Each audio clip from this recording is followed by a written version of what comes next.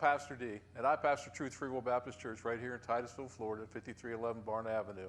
18th Annual Friend Day, and that will be on Sunday, April 14th at 10 a.m. Again, we want to invite you to come be with us. We're going to have special singing and, of course, preaching, and then afterwards we'll have a fellowship dinner where we can spend a little bit of time getting to know you better. But again, we'd just like to extend these opportunities to come and worship with us and be a part of our church family for the day. Thank you, and hope to see you there.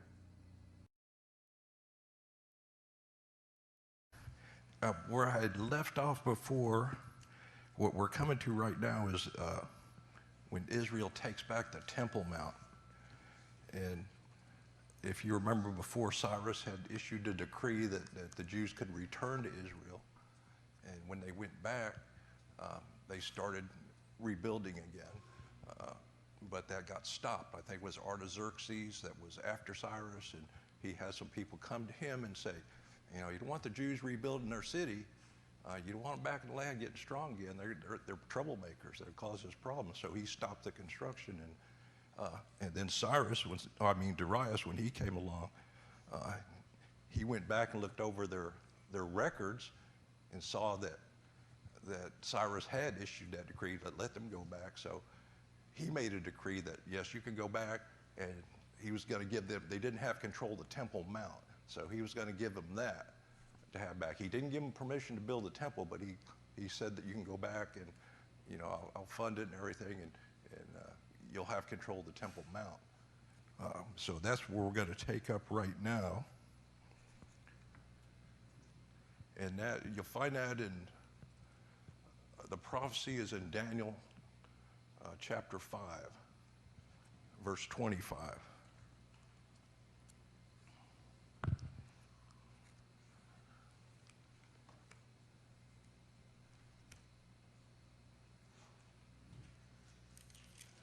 And this is when Belshazzar got a shock when God's hand put the writing on the wall.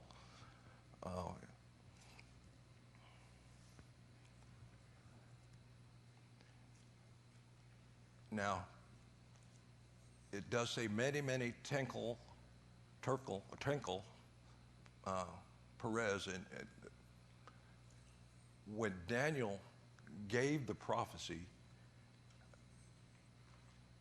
he just prophesied about many, Tekel, and Farson.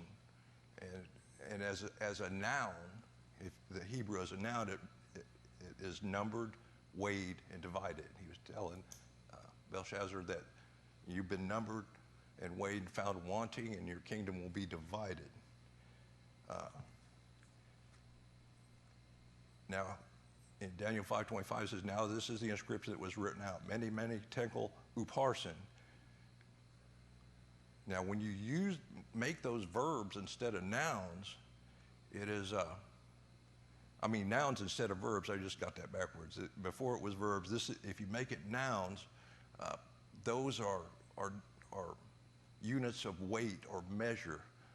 A many is 1,000 gerahs. Those are just weights and measures of money.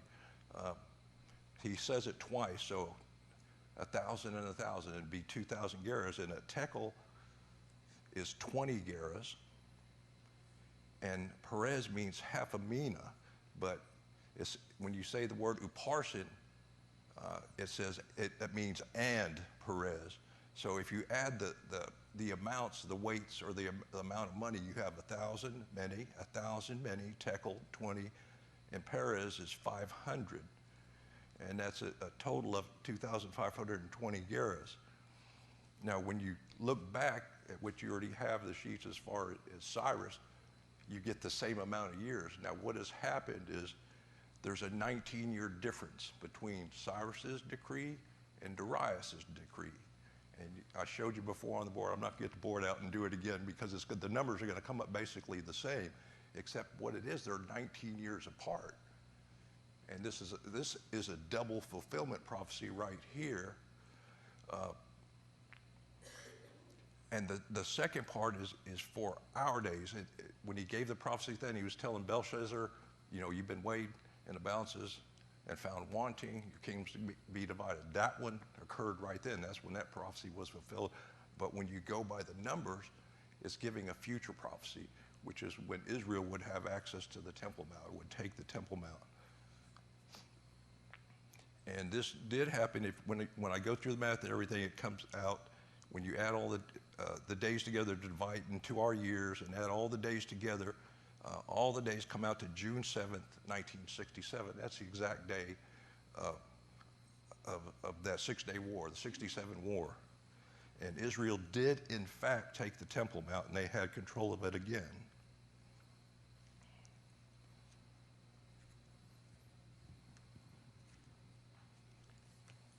Okay.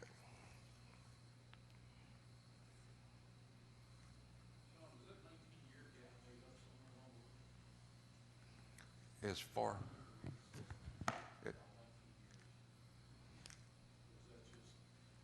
well, when Israel was established, remember that was the first one, Cyrus, when Israel became a nation again. From that date to 1948, and then from 48 to 67 is 19 years. That's when the second decree came out, and Darius said they would get the Temple Mount, in which they did on that exact day, from the date, those number of years or number of days.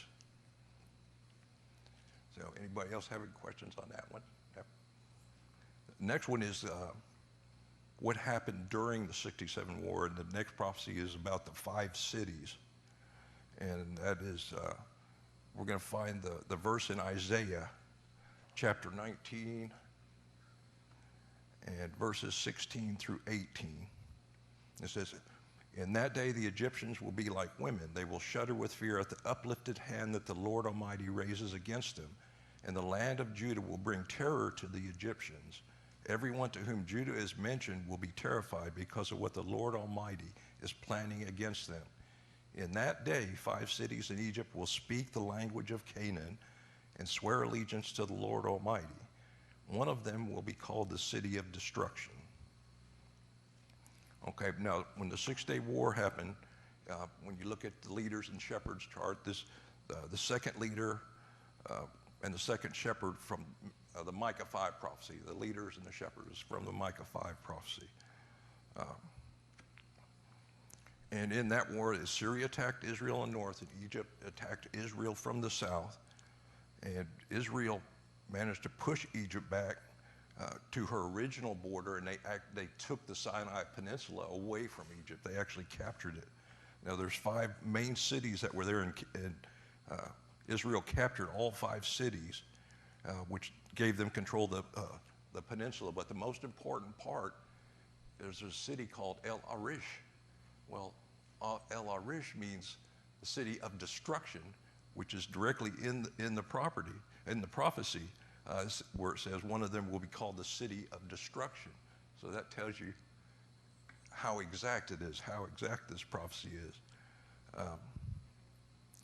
Now, the reason that city was important to the Israelis, it was a port, so they could ship the supplies they needed in and out. So it gave them control over the peninsula. It helped to do that. They had to have that.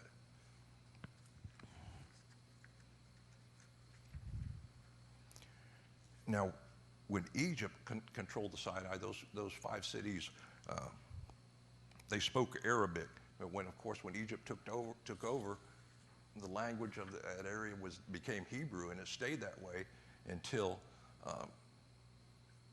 the Sinai Peninsula was returned to Egypt. The Israelis gave it back to them, but that was 12 years later. So the language was Hebrew until that time, and that's specifically the prophecy says so, that they would speak the language of Canaan, which would have been Hebrew. Now, the second war, of course, we know as the Yom Kippur War, and that happened in 1973. And that's part of the 7 shepherds prophecy. Remember, it has to involve Syria. And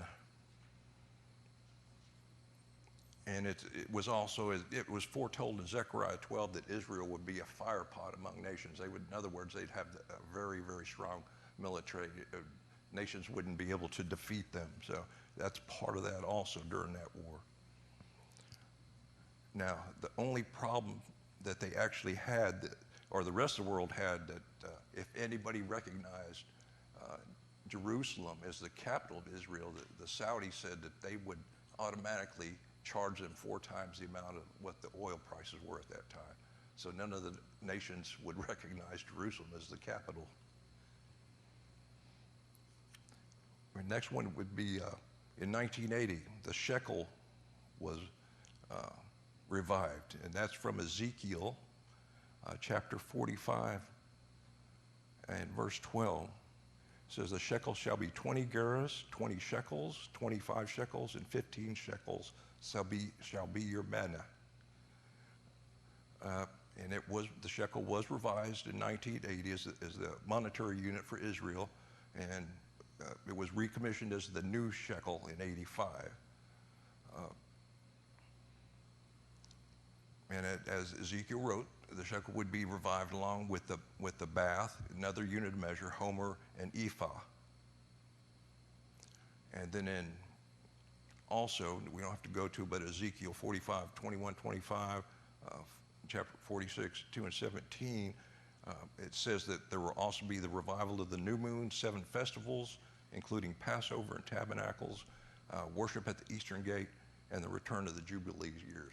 And this all coincided with Israel having the Temple Mount again.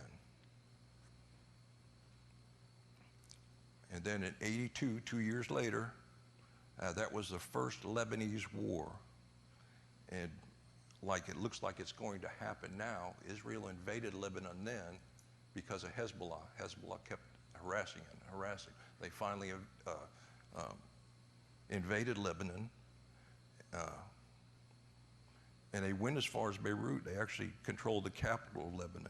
And again, it shows Israel is the fire part among nations, that they're not going to be defeated by their neighbors because the Lord's already decreed that. And the next event is going to happen in 89. And we covered part of this in the last section called the Great Dispersion. And if you remember when I went off into the little sideline to chase the rabbit into Ezra, it talked about the eagle, the 3-headed eagle. And that's kind of a description of that Russia swallowed up Germany after the war, and it was divided into East and West Germany. And that will bring us to the prophecy in Ezekiel chapter 38, verses 4 through 6.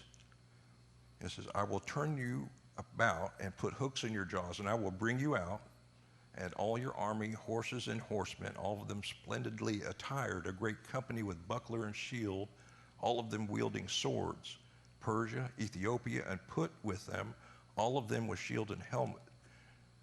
Gomer with all its troops, Beth Togarmah from remote parts of the north with all its troops, and many peoples with you. And it's talking about the Gog-Magog war there. But that couldn't have happened unless Germany was a reunited nation, which it did become. So this prophecy would not have been possible until that happened, and we know that that did happen.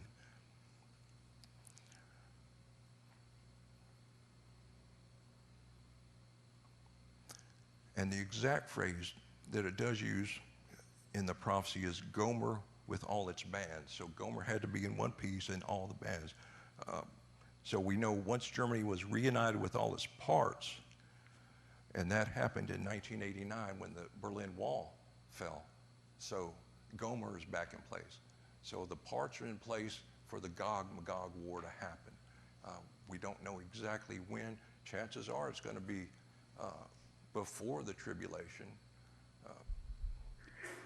Either it'll happen and then the rapture will happen, or it could happen before the rapture happens.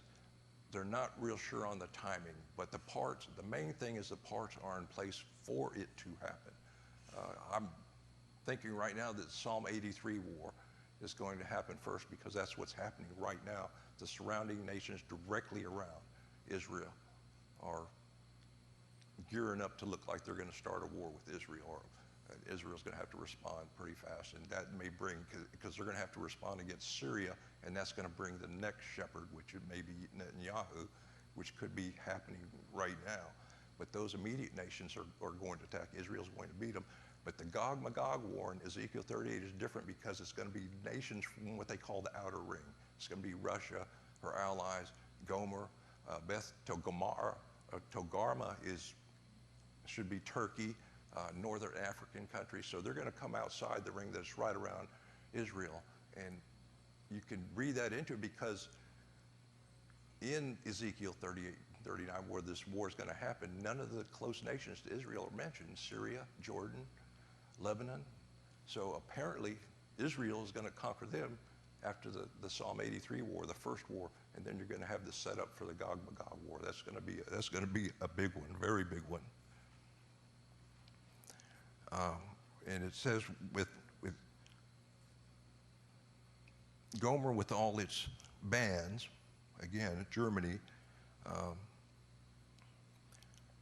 and when you look back at lineage, Gomer was the son of Japheth and the grandson of Noah. And Gomer's son was Ashkenaz. And the descendants of Ashkenaz settled in the area that we call Germany today. And in fact, the German Jews are known as Ashkenazic Jews. And Ashkenaz is the Hebrew word for Germany. That's what they call Germany. Now, along with Germany, Austria should be included. It's a Germanic people too, and it can be considered one of Gomer's allies or Gomer's band. And they may be joined together. They actually, in a way, they are joined because they're both members of the European Union. But sometime, I don't know, Austria may become an actual part of Germany again. I don't know. That's what Hitler sought when he first took power. When he took over what he called the Sudetenland, that was a part of Austria, but he invaded all of Austria. But they could be just an ally of Germany, but that's going to be part of the big war, that big Ezekiel 38 war, or the Gog and Magog war, as we would refer to it. So the parts are in place. The nations, the players are in place. And I think when this happens, these things are going to happen very quickly, because they would have to. If they have the Psalm 83 war, then Russia's going to be looking for an opportunity, because Israelis are going to control a whole lot of wealth when they take those nations over. They may have a stranglehold on oil, and Israel does have natural gas that's been discovered off their coast, and it's huge amounts. And there's actually a pipeline being built through Turkey to Europe from Israel.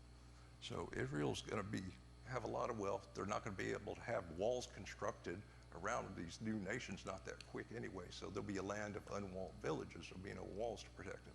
So that's going to be the precursor to the big Gog-Magog war. Now, possibly, that is just speculation, when that happens, if Israel conquers these nations, and then the rapture happens, the U.S. is going to lose a lot of people. And maybe if we have the administration I hope we're going to have next, there may be a whole lot of Christians in the leadership positions then. So if those leaders disappear, and if you're a nation that's mostly doesn't believe in God, like Russia, they may be pretty much intact, and they could look at the U.S. and say, their leadership's been, their heads cut off their leadership. They're just gone. So they may look at that as an opportunity. Well, if we're going to make a move, we need to do it now. So I'm just saying that could be a trigger to the Gog-Magog war. But it's just interesting to think about, because the set pieces are there, the pieces are in place. So it's just a matter of timing. And personally, I think to me, it's going to be sooner than later. So, and it gives you a sense of urgency that we need to spread the gospel as quick as we can, to have as many people saved, because I don't want to see anybody, even an enemy of mine, I wouldn't want to see go through the tribulation. I certainly wouldn't want to do it. The next prophecy happened in 1990. It says the Ethiopian Jews fly home. Now, you need a little bit of history about Ethiopia. If you remember Ham, the son of Noah,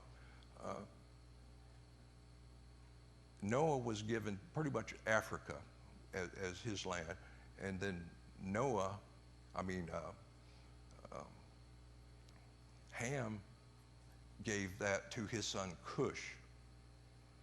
And of course, that area, when you look at your ancient map, you'll see that whole area is Cush. It's not divided into Ethiopia and Sudan.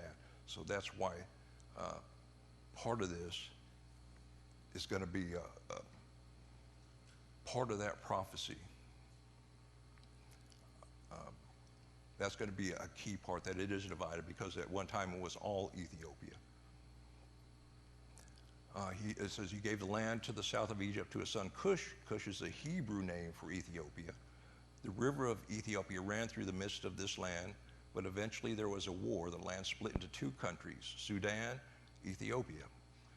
Isaiah prophesied about the land that is beyond the rivers of Ethiopia, which was a riddle. What country is beyond its own border? And what the prophet wanted us to know, that he's talking about a future day Ethiopia, because that land was not divided then. That's how it could be beyond its own rivers. Now, Ethiopia became a Jewish dynasty, and that is in both the Talmud and the Ethiopian Chronicles, which is Ethiopian Kebra Nagash. That's their Haggadah, or their religious rules for the Ethiopians. And that tells the story of Menelik I, who was the king, or the son of King Solomon of Israel, and Makeda, the queen of Sheba. It says at the age of 10 or 12, he accepted Judaism and took priests and relics from Ethiopia to Israel.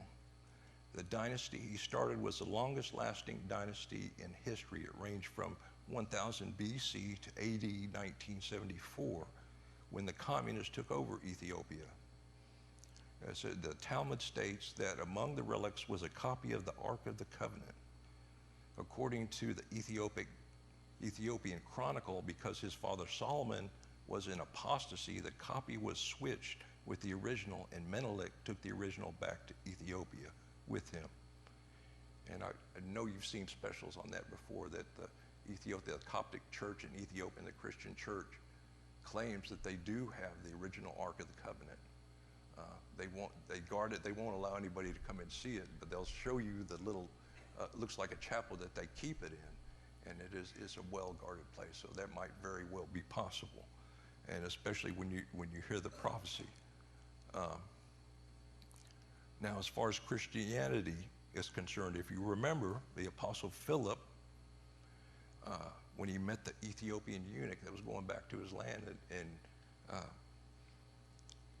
he was reading the Isaiah scroll, Isaiah 53, and Philip asked him, "Do you know what you're reading?" He said, "Well, how can I know unless somebody tells me?" So Philip explained it to him, and you'll find that in Acts 8. And this guy, the eunuch, was an official in the court of Queen Candace. He went back to Ethiopia with the gospel, and the Ethiopian Coptic Church was born. The church would control the relics from that point onward until the second coming of Messiah. And that brings us to Zephaniah, which is a part of that prophecy. Zephaniah chapter 3, verses 9 and 10 says, For when I will return to the peoples of pure language, which they may call on the name of the Lord, to serve him shoulder to shoulder from beyond the rivers of Ethiopia. Remember, it was split to Sudan. My worshipers, the daughter of my dispersed ones, will bring my present.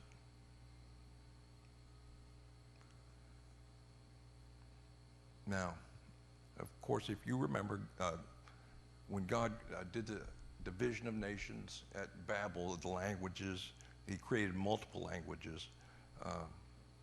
And in this prophecy, the Zephaniah prophecy, the Messiah returns and undoes what he did at the Tower of Babel, causing all peoples or nations to once again speak the pure language. When this happens, we see the dispersed ones, or we would refer to them as the Falasha Jews. Those are the Ethiopian Jews. Have already been back to the land of Israel since 1990. Only their daughter. Now, the Jews left Ethiopia, but their daughter would be the Ethiopian Coptic Church. The Christian church is still in Ethiopia. Since she still has control of the relics, Coptic church. It is the Coptic church that will bring the present back to Mount Zion and present it directly to the Messiah. This may or may not include the Ark of the Covenant. And so the question is, how did the Ethiopian Jews get back to Israel? And that brings us to our scripture, which is Isaiah chapter 18, and this is verses 1 through 7. It reads, "Alas, O land of noisy wings, which lies beyond the rivers of Cush," Ethiopia, read that, Ethiopia, "which sends envoys by sea, even in papyrus vessels on the surface of waters. Go, swift messengers, to a nation scattered and fearful, to a people awesome or terrible from their beginning onward to the present, a nation partitioned out and trodden down, whose land the rivers divide. All you inhabitants of the world and dwellers on earth, as soon as a banner is raised on the mountains, you will see it, and as soon as a trumpet is blown, you will hear it. For thus the Lord said to me, I will take my rest and look for my dwelling place like a clear heat over light, like a cloud of dew in the heat of harvest. For before harvest, as soon as the bud blossoms and the ripening grape flowers out, then he will cut off the sprigs with pruning knives and remove and cut away the spreading branches. They will be left together for mountain birds of prey and for the beasts of the earth, and the birds of prey will spend summer feeding on them, and all the beasts of the earth will winter on them. At that time a gift of homage will be brought to the Lord of hosts from a people scattered and fearful, even from a people awesome or terrible from their beginning onward to the present, a nation partitioned out and trodden down, whose land the rivers divide, back to the place of the name of the Lord of hosts, even Mount Zion." Now there's a whole lot packed into that prophecy, and it doesn't necessarily occur in the order that it's given there.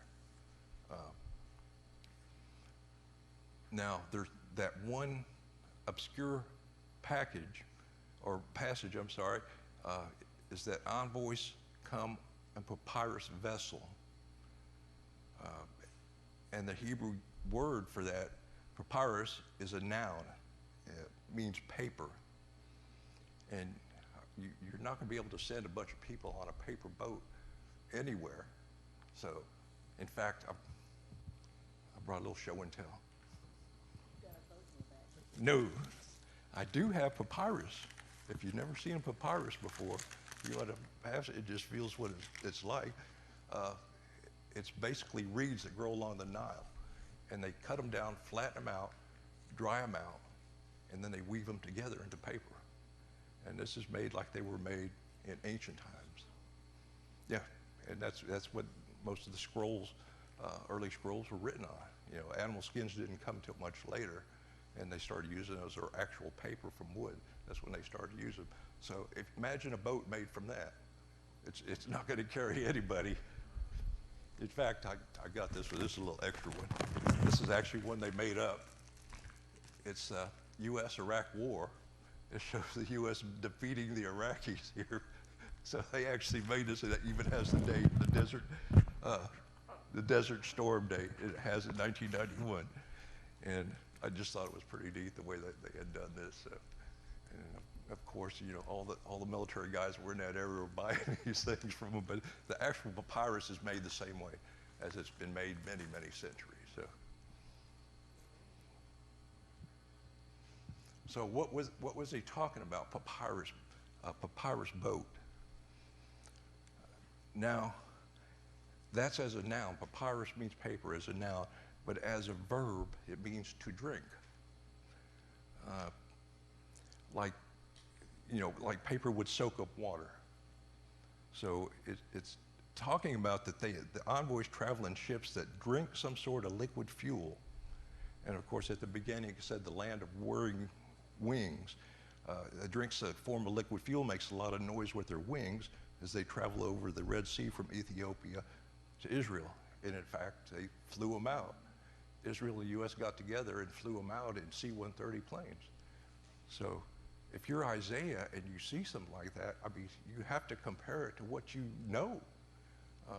You don't know what an airplane is. You just see it, it's moving across the water really fast, and it's full of, has Jewish people going back from Ethiopia to Israel. So that's how he wrote it, the land of whirring wings in a boat that drank a liquid fuel. So, and that's what they used to get them out. So even if we don't understand the prophecy, when you look at it in light of what we already know what it is, it's an airplane. But for poor Isaiah, he had no clue. He just saw this thing flying over the water that drank fuel, so, and made noise like a cloud of locusts or something. And that happened in 1990. So the land of whirring wings is Ethiopia. But you have to wonder, how do we know that they went to Israel? Because Israel was a land scattered and divided by the Palestinians. And it says, in many cases, rivers divide Islamic territory from the land of Israel. The Jordan River divides Israel from Transjordan.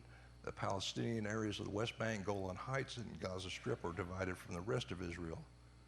Even when the Lord is on Israel's side and they are a nation, which says in the prophecy, terrible from its beginning to present time. That's what the prophecy is describing Israel. And they are a nation partitioned and trodden down by Muslim peoples. Now, to get a full understanding of this prophecy, this chapter, Isaiah 18, verse 1 through 7, it's divided into 4 parts. Verse 3 in it refers to 2 events. The first is the world sees the nation of Israel, and second, as soon as the trumpet is blown, it's referring to the rapture. And then verses 4 and 6 describe the Lord's view of the great tribulation.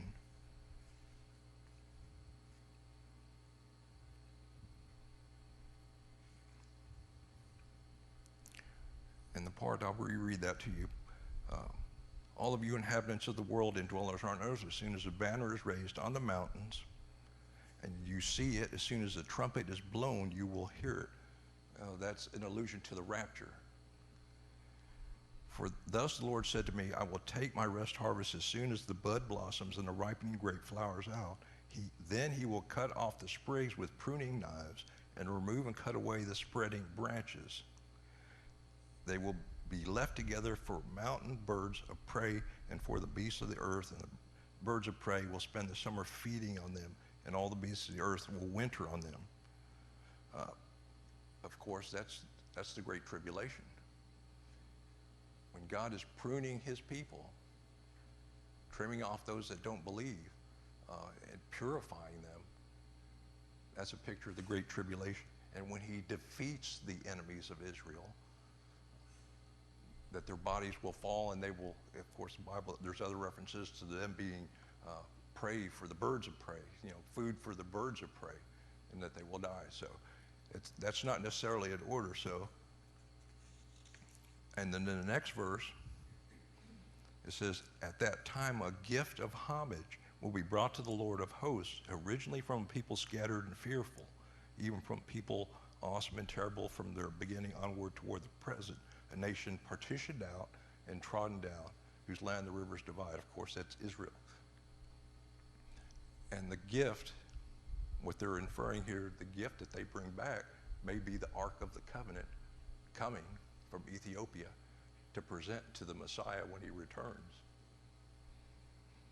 So when you break it down and you look back at it, verses 1 and 2 actually refer to our time, which is at the beginning. It says, alas, O land of noisy wings, which lies on the rivers of Cush, Ethiopia, and sends the envoys and papyrus vessels. That was when the Ethiopian Jews were brought back to Israel.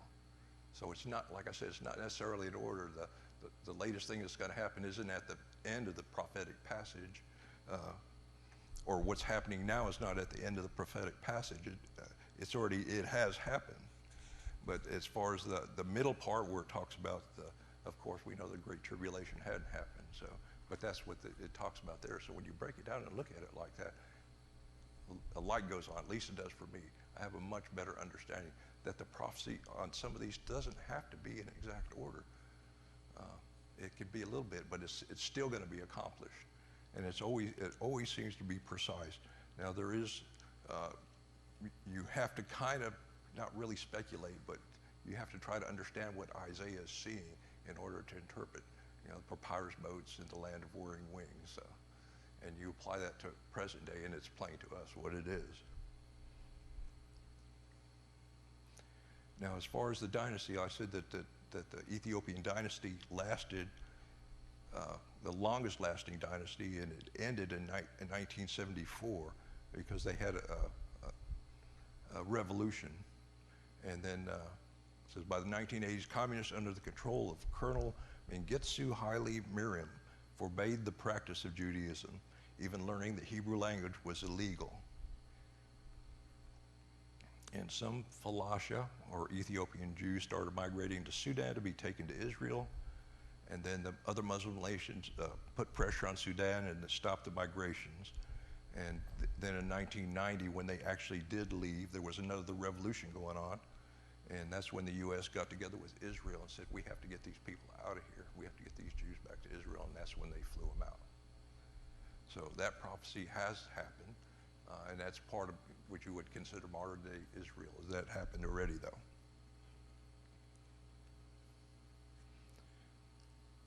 Now there's several points from 2000 on, and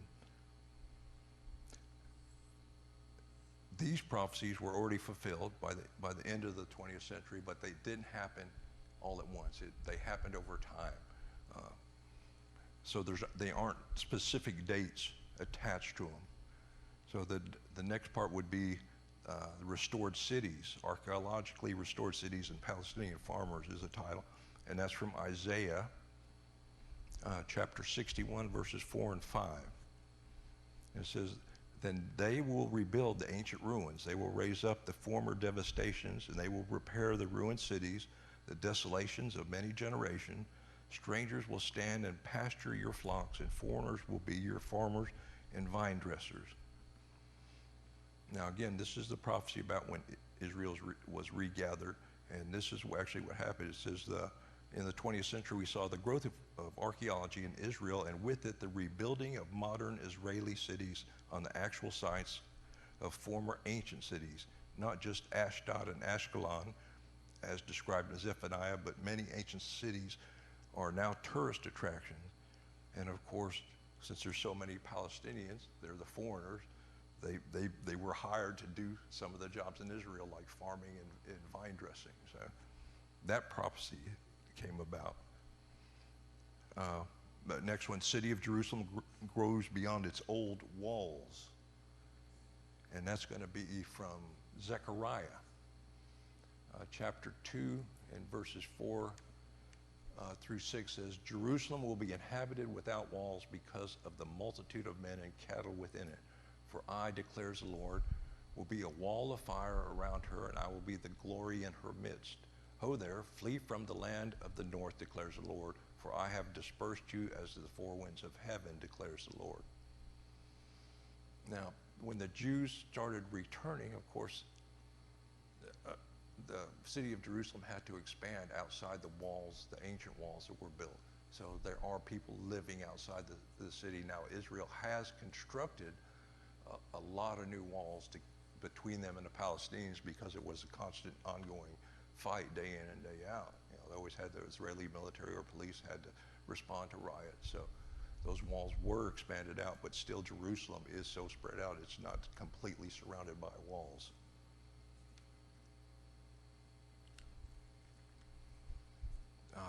Next one would be tourists fly in and support Israel, and that's Isaiah chapter 60, verses 8 and 10.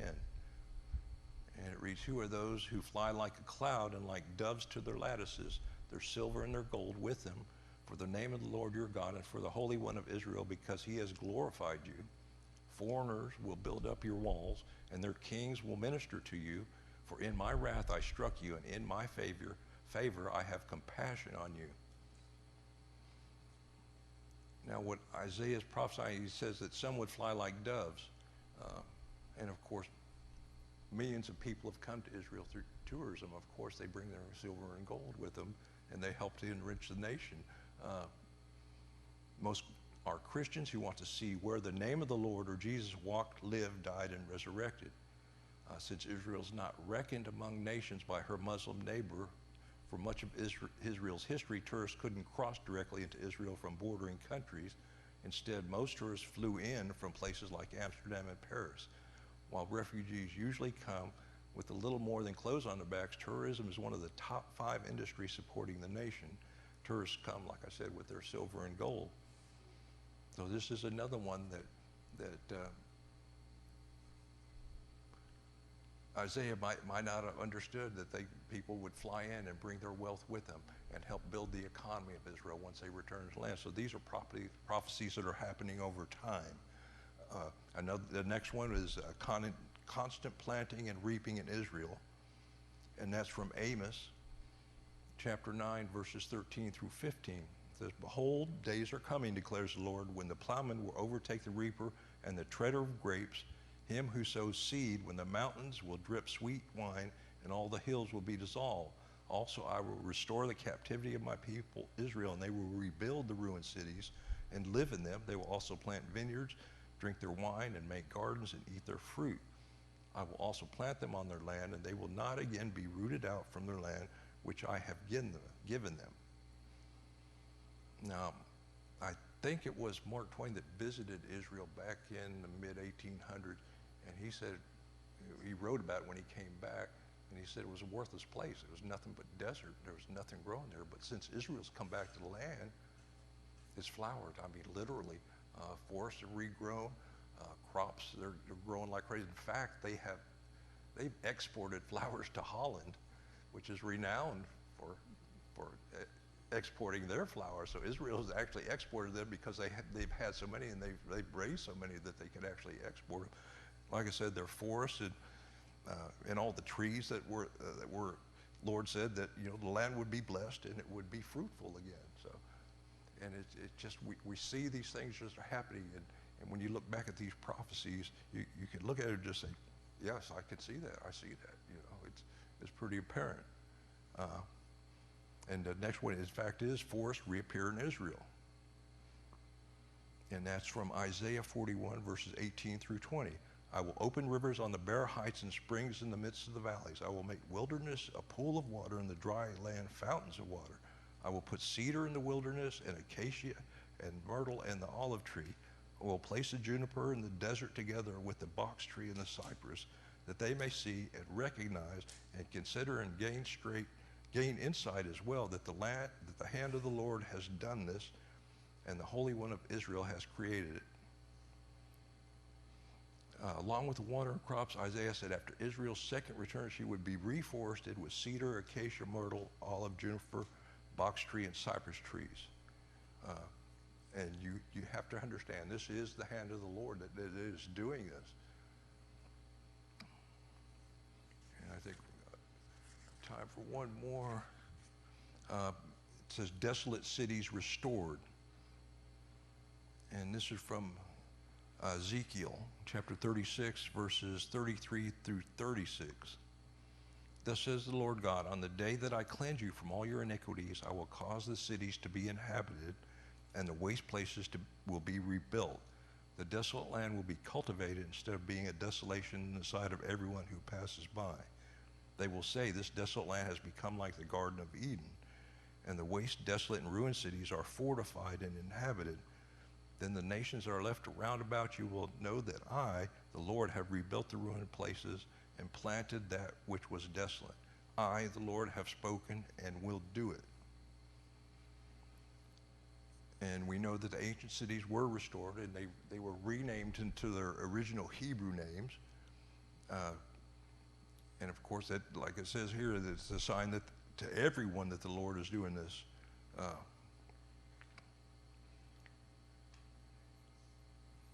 And if you want it, there's a confirmation of it. If you look at Deuteronomy 29, it will give you details of the desert blooming and how everything, the land is fruitful again before the Antichrist comes into that land. Now, there's a few more, but I think I'm going to go ahead and stop that right there. We're getting pretty close. So, and next Thursday, we'll probably finish that part out, and then we'll get to probably start on future events after. This book was published in 2008, so after 2008, and we've already seen some of these happen. So.